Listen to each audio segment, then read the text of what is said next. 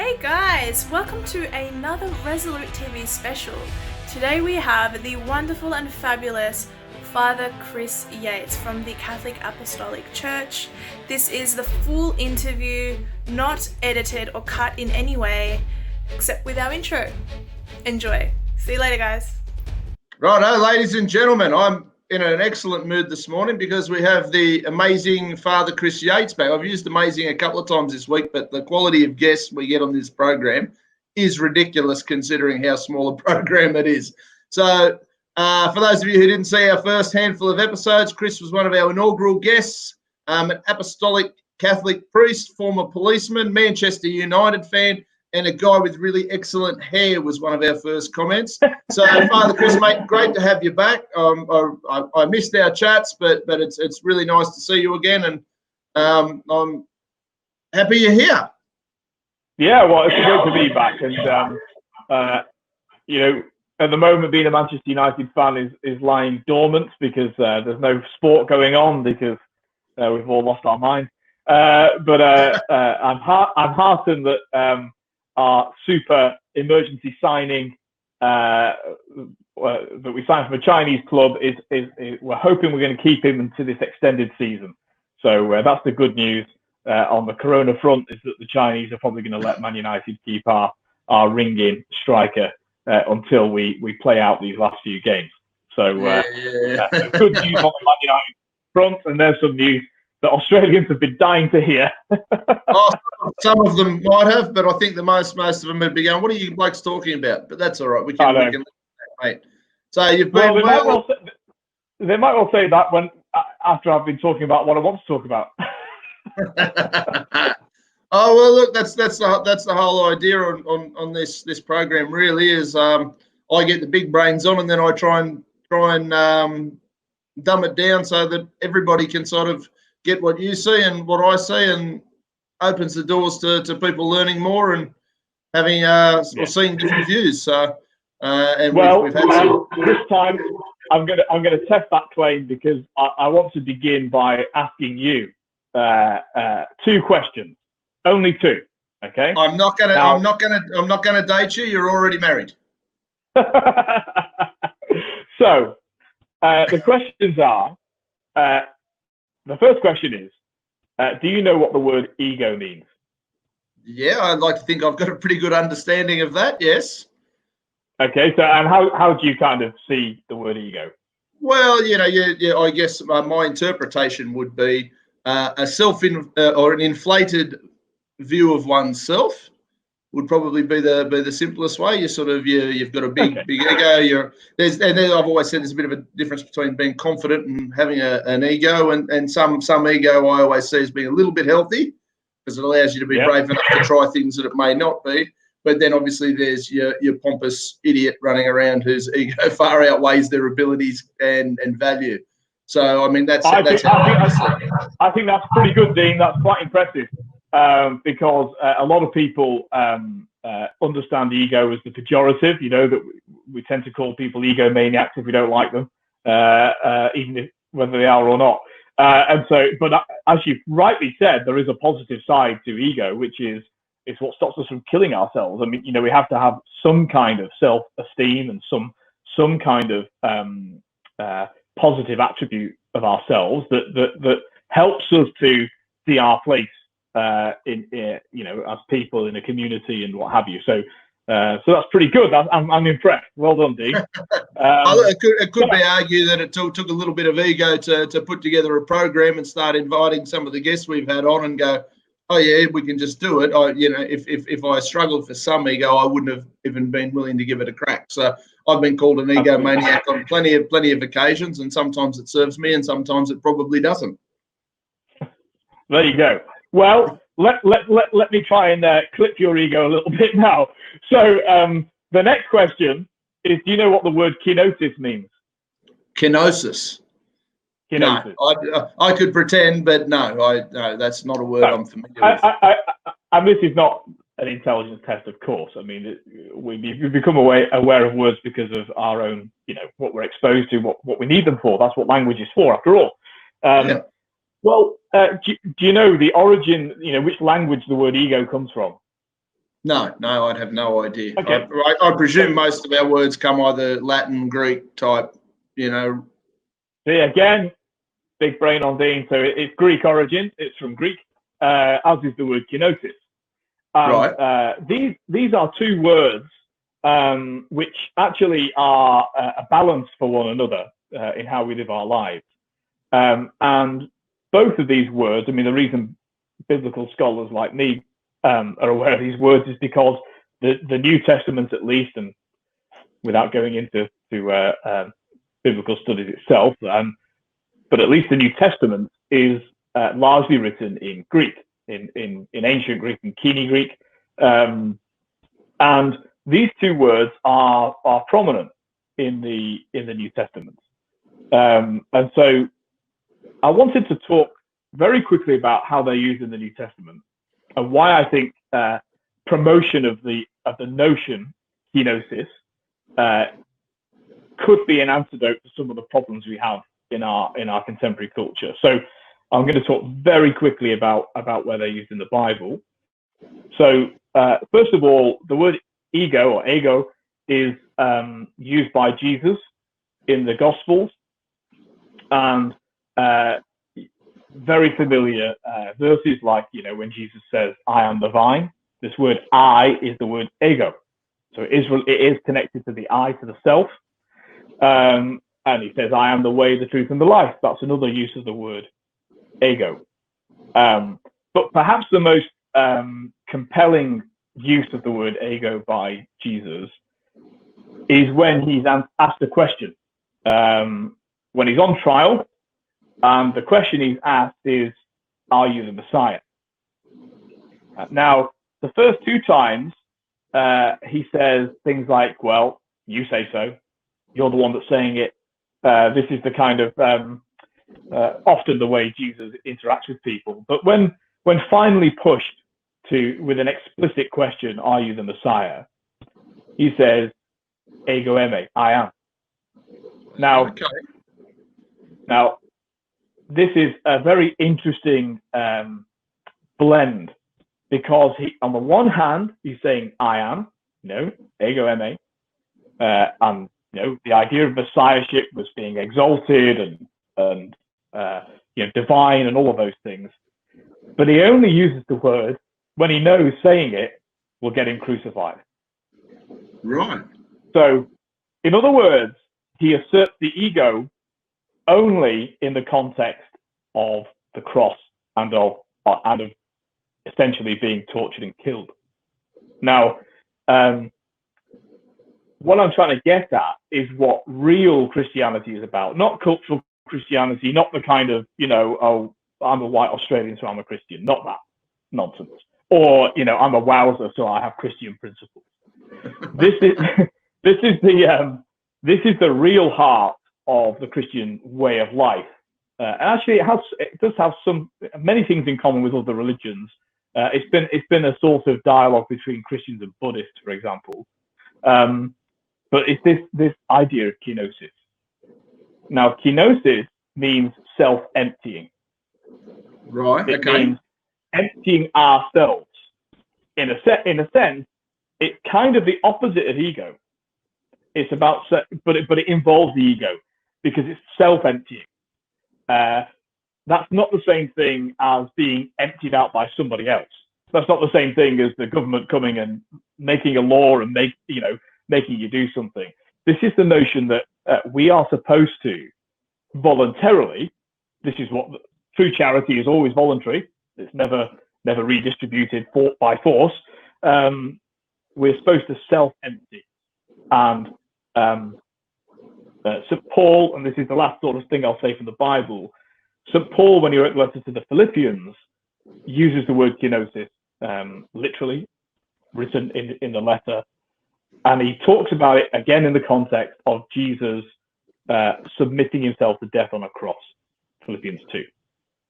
Because he emptied himself, kenosis, taking the form of a slave, and then being killed on a cross in the place of a criminal, that's why he has been highly exalted by God.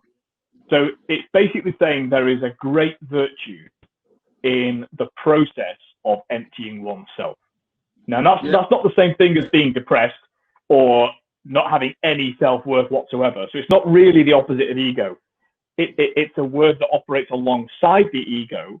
So a healthy ego says, in my context, I'm a child of God. I'm created in his image and likeness. I have a purpose for my life. I might not know it, but there is a purpose. I have that healthy ego. But alongside that has to be, I'm a child of God created in his image and likeness, so that I can serve other people, so that I can find the way that I can offer that to others. And again, from a theist point of view, God has given me everything. I've not made myself, and therefore I owe him everything. And so this is the kind of relationship between ego, which is not negative, ego, which is essential to having a sense of identity of who you are as a worthwhile person. But kenosis as applying that ego in a way that doesn't seek to self-serve, but actually to serve others. Yeah. So this is the kind of thrust of why I think it's good to talk about ego and kenosis, even though on the face of it you might think, what on earth is this weirdo on about? Although I've always thought you were a weirdo, that's why I invited you. Well, you are not an island. But I wanted to try and move away from giving some kind of quasi Bible study to looking at how this the problem of ego has affected our culture in which we live. So you were very quick to point out that we are aware when people are using an excess of ego, and we tend to associate it with celebrities or kind of Elton John talks about some of the crazy requests he's made, in his arrogance and in his ego. I'm not defaming him. These are things he said of himself, because presumably he's moved on. That's okay. Look, now. if you offend Elton John enough that he rings me and says, "I want to debate Chris Yates," I reckon we could come up with something, mate. Look, if he's watching, I've got no problem with having him on. It'd be worth a discussion. Why not? I'd rather sing with him, but leaving that to one side. I want to get back to this misappropriation of ego, in particular with identity politics. Now, in attacking identity politics, that's not me attacking the left, because the right also engage in identity politics all the time. So this is not it's not a right-left matter, but it has been expressed in ways that have had legal implications, and they've tended to have come from the kind of the Marxist worldview. But I'm not taking sides on who's guilty of who's more guilty of identity politics. I've been guilty of it myself. So, but I wanted to go to this idea, the one that's presented itself as sort of most controversial, I suppose, has been the idea of pronouns and transgender people. So now this argument's well trod. For those that don't know, and I don't know how you don't if you've got access to the internet, this really came to the fore when a university professor in Canada, an obscure professor called Jordan Peterson, who is now a household name, objected to the forced speech laws that were introduced in Canada, in a region of Canada. I think it was in Ontario, but I might be wrong about that. And what this law demanded was that somebody who wanted to use pronouns which were not traditional, we generally, if somebody looks like a male, we say he, him,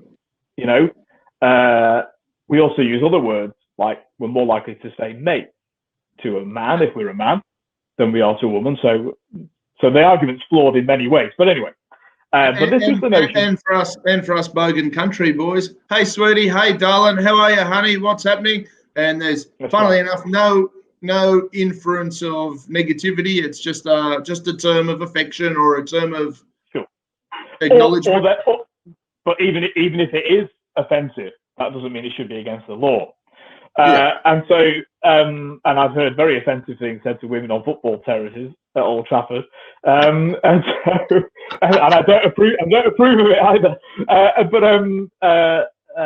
What was I going to say? In this instance in Canada, this moved beyond what people might prefer to be called, And if Dean, I call you Dean because you told me that's your name. If you told me your name was Sam, I'd call you Sam. There doesn't need to be any problem with that. What Jordan Peterson objected to was that the law required speech, required him to use words. And his main objection was nothing to do with objecting to transgender people, because I don't think he ever has. It was about, the notion that somebody can go through surgery or wear whatever they like. But that it was that language simply cannot operate that way. Language is a spontaneous. It was never designed by a central planner. Friedrich Hayek talks about this. And actually, that's why it's very effective. Can you imagine the disaster if a central planner tried to organise language? Wouldn't that be a show? Well, you might want to look at what happens in France. The closest we've come to trying to order language in that way until this is in France. They have a committee of, I think it's 12 people. I think 12 to 8 the apostles, the disciples, who decide what is and what isn't French, because they wanted to mainly keep the English language out of the French language. They didn't like French people saying le weekend. But of course, the primary purpose of language is to communicate. But leaving that aside, the objection was that we shouldn't be compelled to use words. Yep. So freedom of speech also includes freedom not to use speech. Now, this made him famous because of all the controversy around it, and of course, the argument the other way is to say, well, if I'm a male and I identify as a female, then it's part of my identity, and my identity is dependent on other people affirming who I am. Now, my suggestion is that can only be a total act of the ego. Yeah, for sure. Because I'm saying my identity is primary, and I've chosen an identity, whatever it may be. Attack helicopter, that's a common one used. Say again? Yeah. Attack helicopter, that's a common identity adopted now by people who are sort of, who find this thing so farcical, identify as an attack helicopter. And so there's a layer of ridiculousness. I'm in no way disparaging people who, have gender dysphoria, and I mean, that's a very serious matter, and not one that I'm qualified to comment on in any great detail, other than to say that, clearly there are people who, like all of us, need to be loved and cared for and all the rest of it. But you see this in other areas of life. And my suggestion is it's the opposite of the Christian faith. So take, for example, pride, gay pride. Okay. Now, again, there's totally legitimate reasons for people who are homosexual to have said, well, actually, we have been in prison, murdered, whatever, and still are in countries, predominantly Muslim countries, but in other countries. And so I'm not. I understand the kind of drive to say, well, actually, we're never going to go back into those caves again, and I wouldn't desire that. But actually, pride is the opposite of kenosis. Yeah. Okay. Yeah.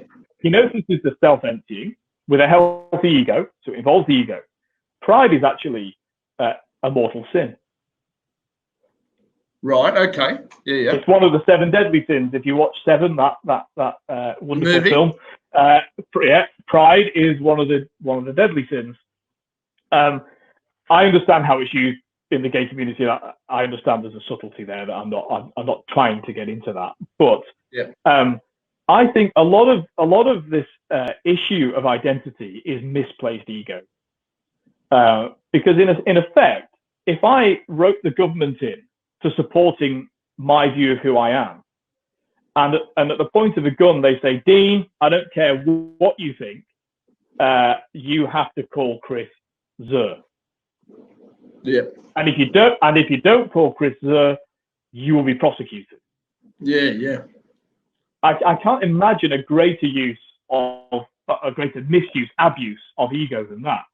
Now, we're used to talking about egomaniacs. Generally we talk about people who we don't like or people who have extremes of behavior. But actually, egomania is far more common in our culture than probably it ever has been.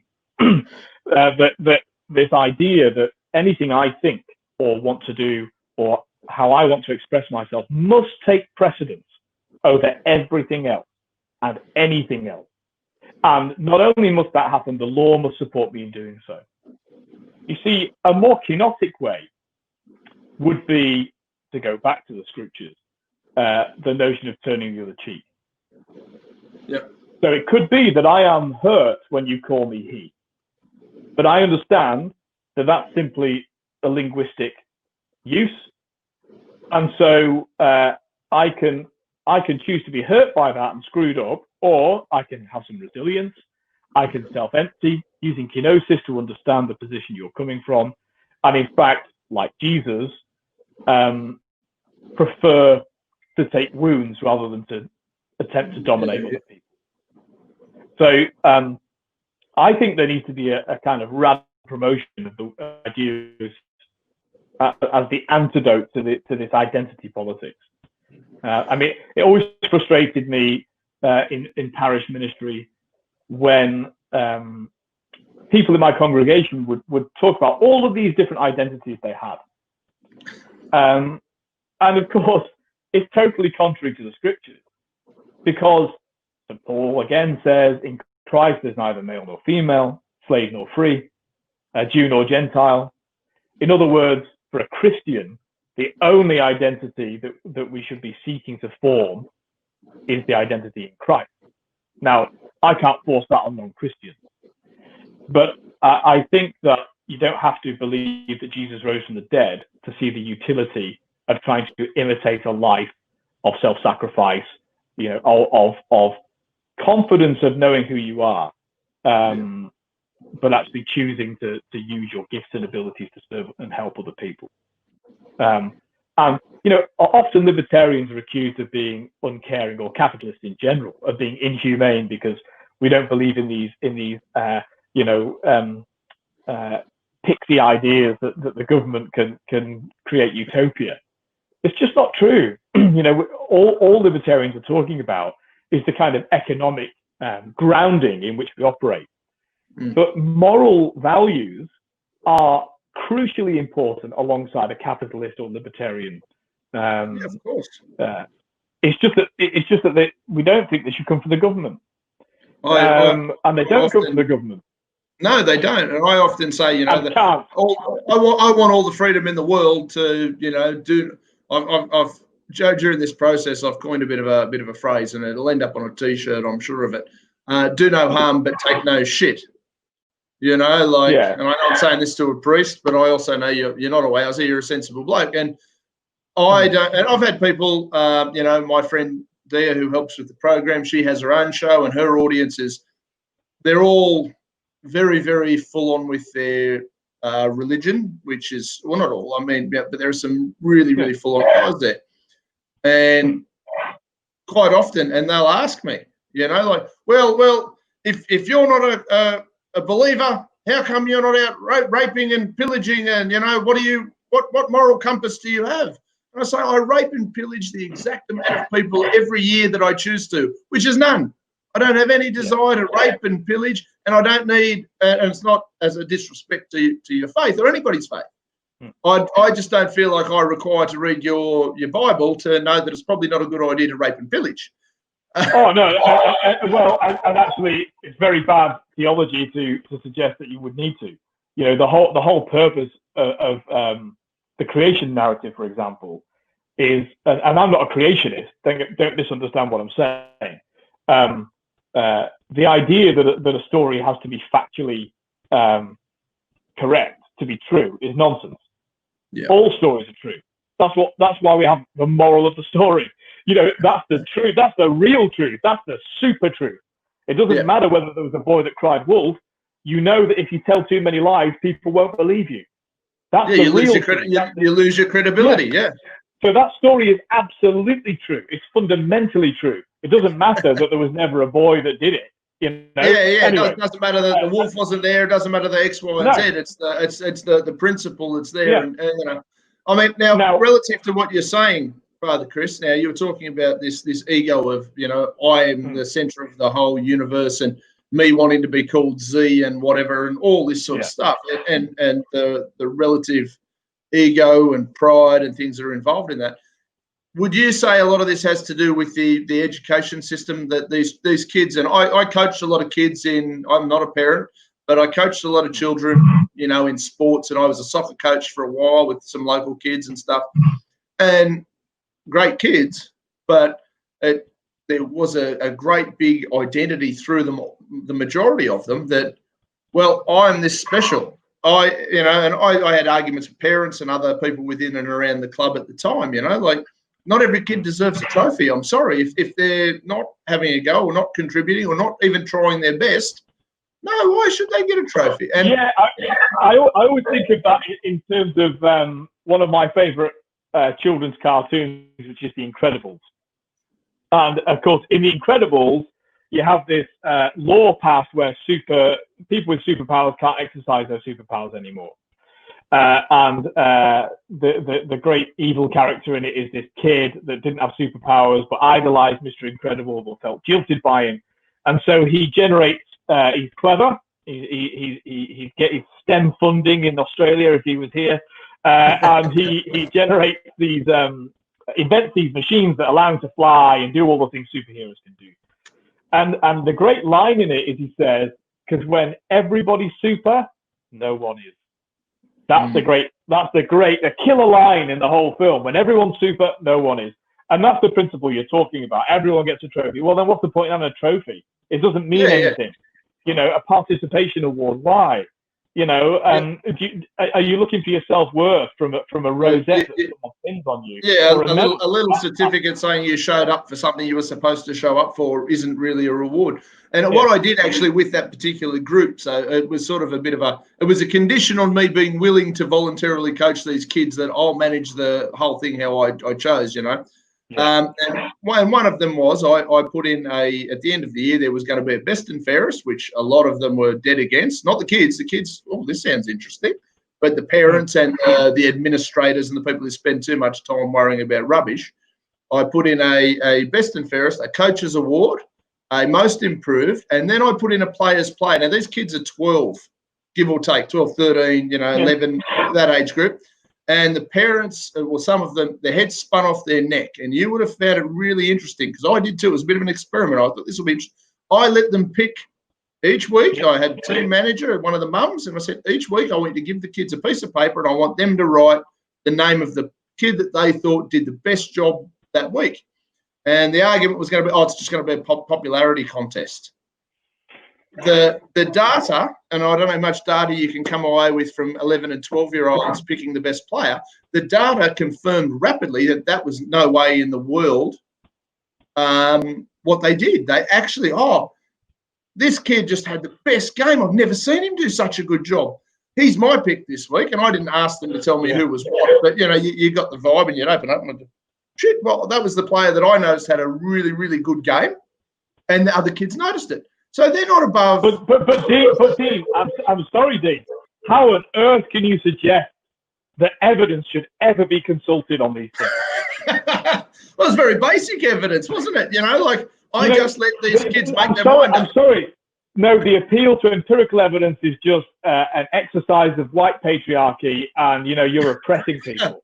Yes. So, and in fact, going back to your original question, you hit the nail on the head. Because is the problem the education they go through? Yes, it is. Our culture has, for generations, since the 60s in particular, encouraged or actually taxpayer subsidized liberal arts professors to generate reams of wonderful ideas which have actually served only to support their own hypotheses and to which they never return to examine the evidence. Now, there's a great example of this, which Thomas Sowell, again, the American economist, talks about. He says that there was a great argument for state-enforced sex education in schools to happen in the 1960s in the USA. His position is that schools are for teaching you things, that you know, maths and science and history and all of those things, but actually values should be taught by your parents, your church, your synagogue, your mosque, whatever it may be. Yeah. So he was opposed to that. Now, here's the interesting thing. It was at that time brought in to prevent or to cause a decline in venereal disease and a teenage pregnancy. Okay, both of which had been in the decline in the United States from the 1930s up until that point. What do you suppose happened to venereal disease and teenage pregnancies after sex education was introduced to deal with them? They wouldn't have started to rise by any chance, would they? It might just have, and by hundreds of percent. Yeah, so right. Now, you know, so it's okay to have great ideas, and it's okay to test them out. That's actually empiricism. That's what you do. But intellectuals never pay the price for being wrong. They're not the ones that pay the price. Those lecturers, those academics would continue to get paid, would be able to keep writing books. They're not the ones who suffer the breakdown of their good ideas. And there's that great quote from Churchill that, you know, which I'll misquote now, I'm sure, but, you know, no matter how beautiful the strategy, at some point it pays to look at whether it's worked or not. Like I've butchered that quote. I'm sorry, but people will get the point. And the truth is that education has let people down because it's never submitted itself to the evidence, and there's always an excuse. You know that they would dismiss what was said about teenage pregnancy. Oh, the whole culture's changed. Yes, it has, and they were part of that cultural shift. Then in the 60s, oh, free love's such a great idea. Turned out it wasn't, and actually that generations since have been nowhere near as promiscuous or as they were, because in fact it led to all sorts of problems. And that's not me making a moralist argument. That's just stats. Well, that's just how the facts worked out. Yeah. Which is a perfectly fairly solid argument for why you would do that, and people seem to forget all that. It tends to be the case that academics actually make us go against our nature. So you said, for example, you didn't need to read the Bible to know what's right and what's wrong. Now, a theologian would agree with you on that, because we'd say, well, God creates us in his image and likeness with reason. That is not if you're a Jew or a Christian or a Muslim, that's for being a human. Now, all major religions that I know of, in fact, any religion that I know of, would affirm that, because it's actually something which you just kind of know. And so, yeah, you're right. You don't need a priest to tell you not to rape and murder people. You don't need that. Of course you don't. And let me tell you, anybody who thinks that you do need that needs a therapist, and they need them quickly. If they're thinking without that bit of paper to tell them not to rape and murder, I think you need a doctor. You need one. You need to go and see somebody. We can get you some numbers. Call Father Chris. It's bad. So, now, of course, that's not to say that there's not great purpose in going to church or mosque or synagogue and hearing life through the lens of somebody who has the time and has had the education to think about it. Not an expert. I'm not claiming that. God deliver us from experts. But there is utility in actually gathering as people who are different people and sharing life, and sharing life skills. And that's what happens at churches. Actually, you generally get some words that have survived for thousands of years in the scriptures, so therefore they're probably worth listening to, or as worth listening to as anything else. And you generally get some sensible thought on that. There are good and bad days for all preachers, and there are good and bad preachers. So, but also you have. And I go one step further and say, and there are good and bad Christians, and there are good and bad Muslims, and there are good and bad atheists, and there are good and bad everything, and that's where people sort of get really confused. I'm friends with some amazingly passionate Christians and Muslims and other. That's why I think, even though I'm obviously a Christian and quite a fundamentalist one, really. I mean, I'm an all the way Catholic, so I accept that. But I think that the truth of the matter is that the deeper you get into the human condition, the more you embrace ego and kenosis of saying, I am somebody, so I am somebody. That's ego. But I'm somebody in the context of everybody else who's ever lived and ever will live. And actually, the first question I should ask myself is, what can I offer to other people? I mean, that should be what's being promoted.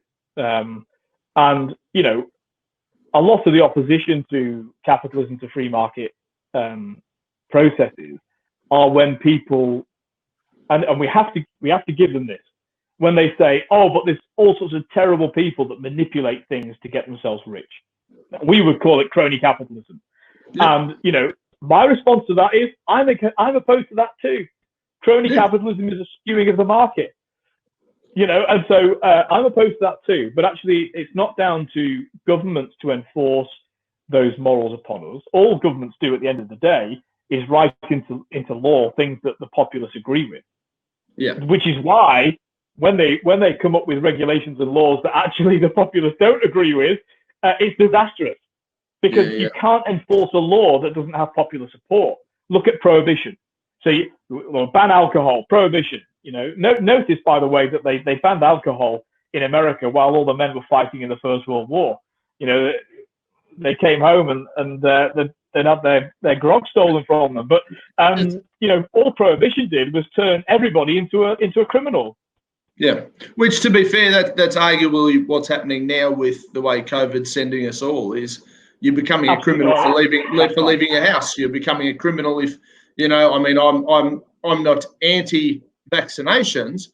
I'm anti-mandatory vaccinations, and the minute they tell me I have to have no choice is the minute I tell them to go to hell. Now it's obviously arguable with all this stuff going on. In the spirit of the ego versus kenosis, it takes a massive negative ego for these politicians to start implementing these things, start crushing down on the people. It's a terrifying thought. How do you see it playing out with that side of things in the spirit of this discussion? Because it all links in, obviously, and it links in fairly hard, I think. Well, I think actually what COVID, certainly in the UK, Australia, and the United States. And by the way, I mean, look, we can make criticisms of anything. I think that the best thing to say of the Australian approach is it's been one of the least bad. Yeah. So I can't quite bring myself to say it's been very well handled, but I can say it's been the least bad. And actually, it's actually been the least restrictive if you look at what's happened in other places. I think where the kenosis needs to be is with experts, because what's happened is politicians quite rightly have to consult medical experts when dealing with a global health crisis. A politician, I mean, one of the great criticisms of experts is just because you're an expert in politics doesn't mean you're an expert in everything else, and so that's quite right, quite correct, that we should consult with the best qualified people to inform us on, what a virus is. Of course, with COVID-19, no one really knows because it's new. And so all of these things are sort of best guess. Yeah. But a medical expert is also not an expert in law or in human interaction and politics. And so what you've had is, because there's pressure on politicians to bring out experts to say, no, listen to this doctor, the problem is where that doctor says, a doctor only looks at things through quite rightly, that's what you want. You want your doctor to only treat you thinking what is the best possible way to ensure the best possible health outcome for you. Okay. Yeah. Now, if we applied that to everything, the doctor would say, get yourself in a financial position where you don't need to leave the house. Never use the oven or the iron. If you want to ensure that you don't have any accident or end up in hospital. Which there are elements of that that's actually my dream. I'd love to be in a financial position to sit on an island and not really have to go and interact if I don't want to or don't choose to. Absolutely, absolutely. And I really don't I'm not a huggy person with people I don't know very well. I don't want people to touch me. Okay. I'm got no problem with that. But what I mean is that that's their expertise. Now, a politician has a different level of expertise, and an economist has a different level of expertise, and these things have to be blended together. And in a democracy, the only person that can ultimately make that decision is not a medical doctor, not even if you had Milton Friedman as the chief economist of Australia, okay, which would be such a fine thing. But even he, we could do far worse. Yeah. Absolutely. Even he could not and would, by the way, never mandate it, that he should make that decision. That decision has to be made by somebody that can be elected and unelected. And so, a politician's job is to balance all of those criteria and make a risk assessment. But our total intolerance of risk is one of the problems, that humans are not very good at dealing with death. Last time I checked, it's a permanent condition that will come to us all. That's why you get these ludicrous statements from the mayor of New York, no, not the mayor, the governor of New York, Cuomo, saying, you're asking me, one life is worth anything. Well, on a moral level, that's true. Of course it's true. On a moral level, you can't put a value on a human life. Yeah. But that's not what he's been tasked to deal with, Yeah. And so, because it's also true to say, well, if you destroy an economy and make people broke, they're going to kill themselves. And that's not a moral good either, And so, so all these things are in competition. But for me, I would like to see, and I have seen it in some people, a more kenotic approach to their expertise, including the clergy, by the way, a more kenotic approach to their expertise. And also, an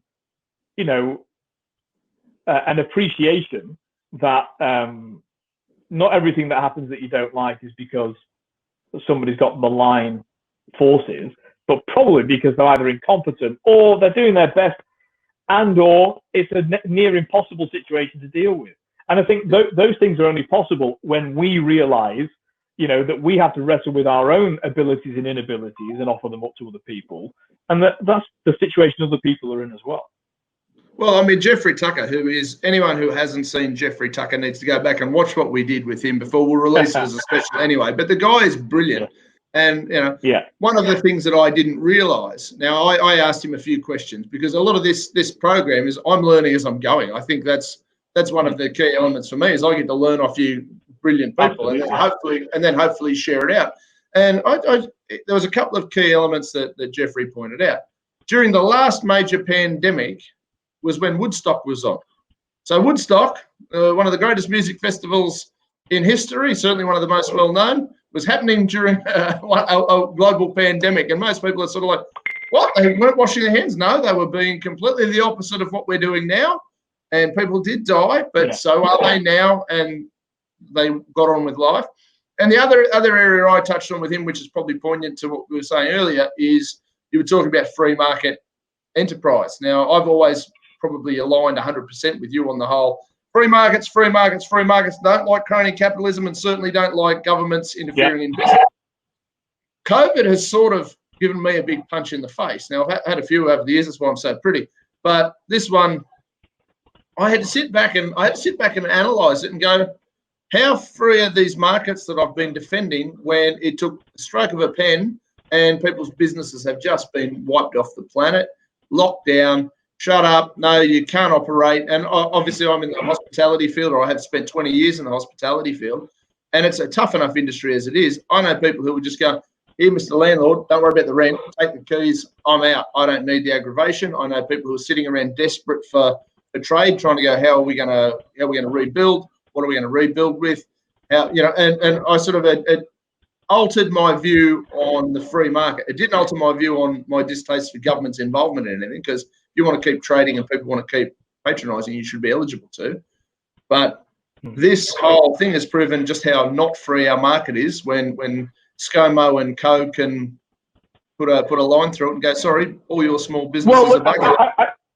I think it is difficult. I mean, by the way, try running a church when you can't have people attend and give you money. You guys are in the same category, sort of, which is sure, who would have thought restaurants, bars, and pubs would be in the same category as churches. Yeah, and so that's right. And so leaving that to one side, I think the question of markets comes down to the role of government. So I would ordinarily, under normal circumstances, be opposed to having a huge welfare system, where you essentially punish success, and all of that. But during the COVID stuff, I think it is legitimate when faced with something which is an unknown, which has already killed thousands of people. I'm going back to when it first came out of Wuhan. I'm not talking about now. I think now we can make different decisions. But actually, what we can't do is have what we know now and apply that to what happened, when it first kicked off. The rear view mirror. Exactly. So I think it's fair to say a government, unless we don't believe in the nation state at all, and I know there are libertarians that are on that wavelength. I'm not on that wavelength. I'm not a globalist.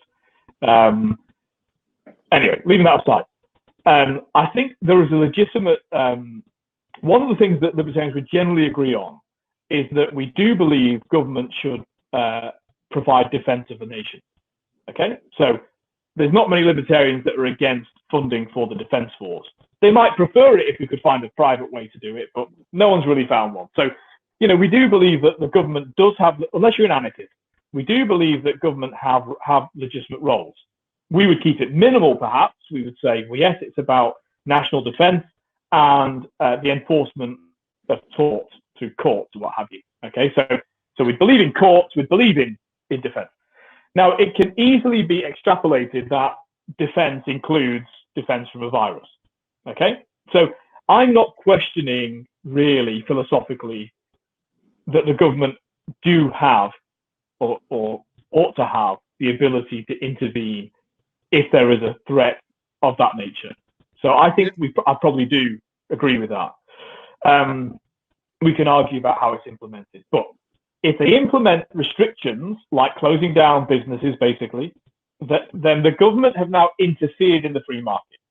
Yeah. Now, because the government have interfered in the free market, there is then an onus on the government. Oh, I know it's only taxpayers' money. I'm not an arguable liability that they should take some responsibility. And so the easy comparison is to say, let's say, Dean, that you live in a manor house in your castle and you have grounds.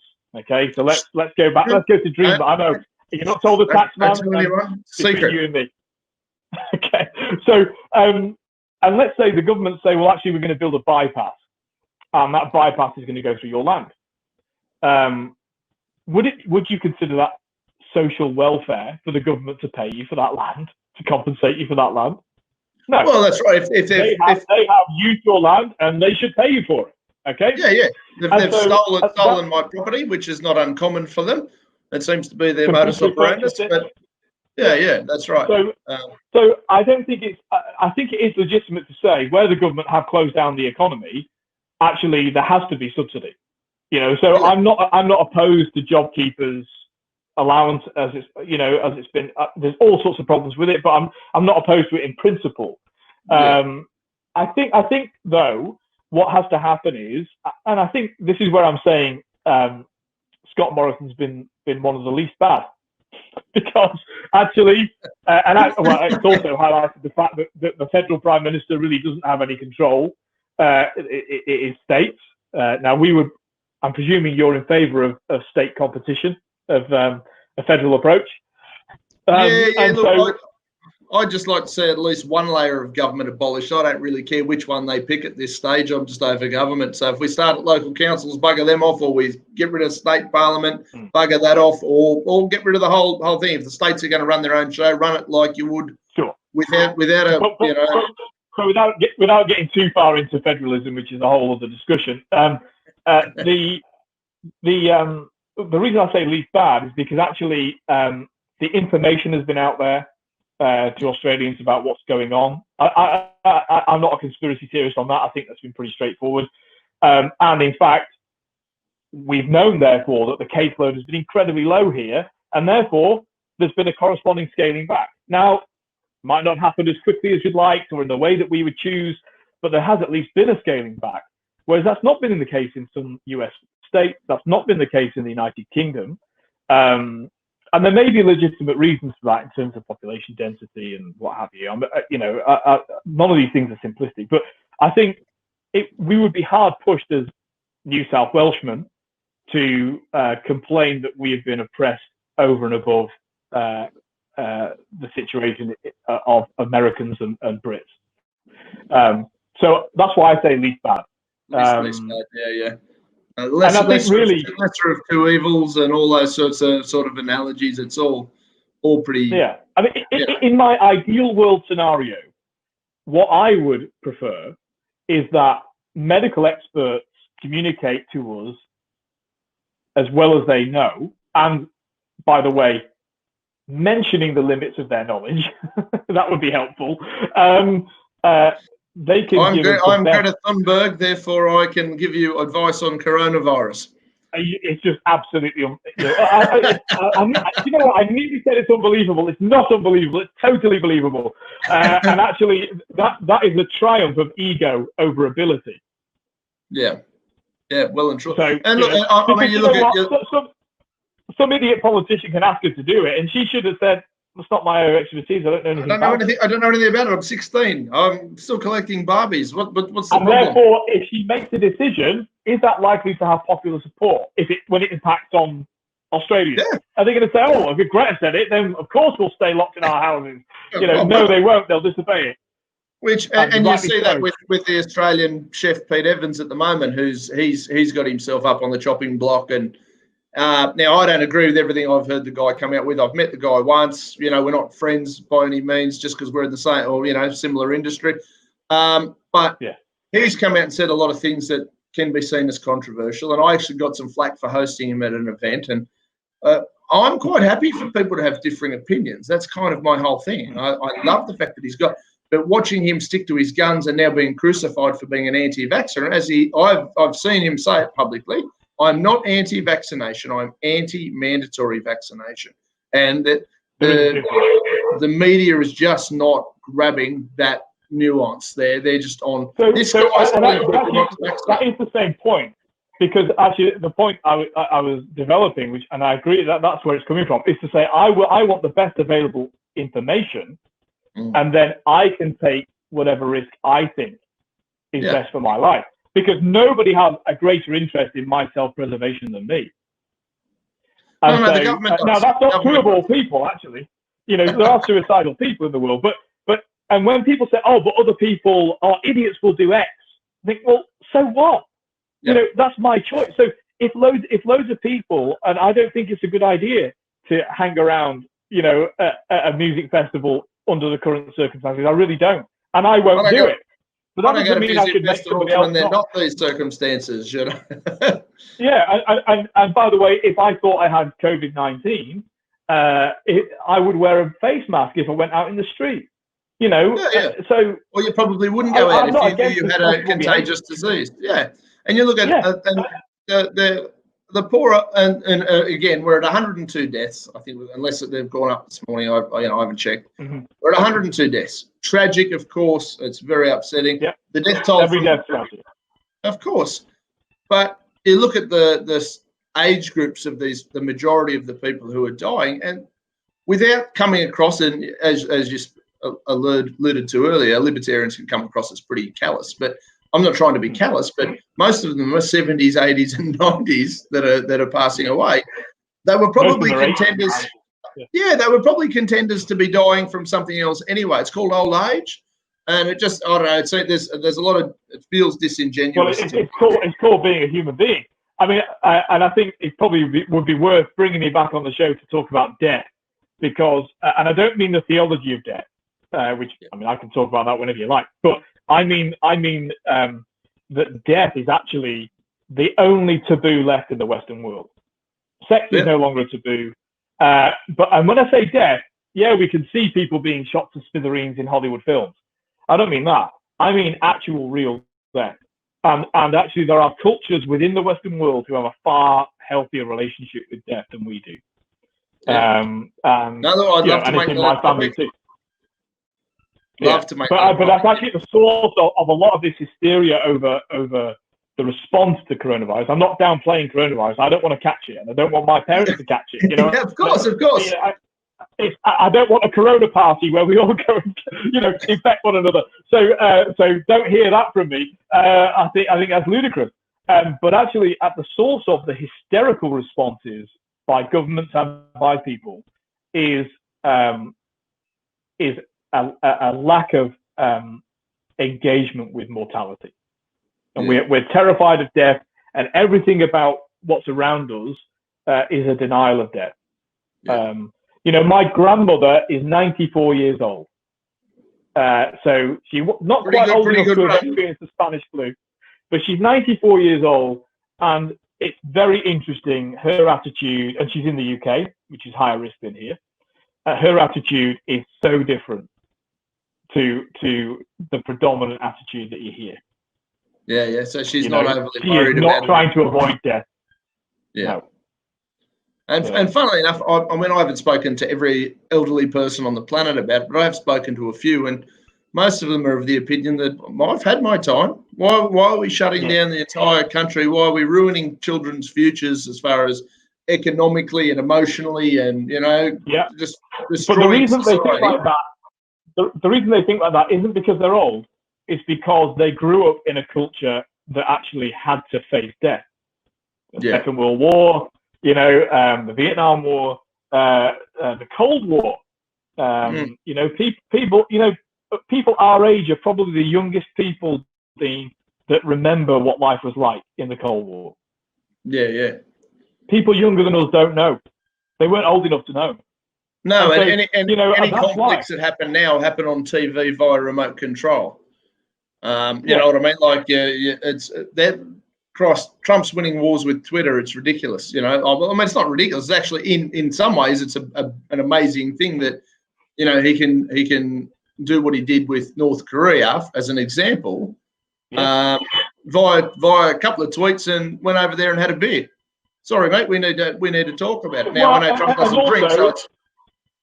I mean, I knew soldiers that died in Afghanistan and Iraq. British soldiers. So I'm not suggesting that people aren't still dying in wars. They are, but 100%. They are far fewer, and therefore the direct effects of that death, and also medical stuff's come on. My grandmother was around death all of her young life. In fact, ironically, the older she's got, the less she's been around death. Because healthcare's caught up, and the way the world is has changed. And so, I think that is at the heart of a lot of this reaction, which is that, we'll do anything so that somebody can have 3 more years of life. And that anything includes binding up debt burdens on their great-great-great-grandchildren, which I would argue is not an appropriate way to go. Well, I'd say that goes back to negative ego, doesn't it? Yeah, I think the best way to age, Dean, and the way I hope I age, even though I'm so terribly flawed, is that as I get older, I'll get more kenotic, that I'll be able to, to value self-emptying. Actually, you see, this is the difference, right? The whole don't tread on me, I get that. That's about not being exploited by a government or by a group of people. But when you voluntarily give things up, you're not being exploited. You're doing it. You have control over it in that environment, and that's the best way to be, I think. Being able to let go. Voluntarily giving. You don't need a gun to your head to give. You just choose to, as opposed to being forced. Father Chris, as always, it's a delight to have you back. Thanks. We've just hit the hour mark, which means I've got another appointment in about 10 minutes for one of these. Me too.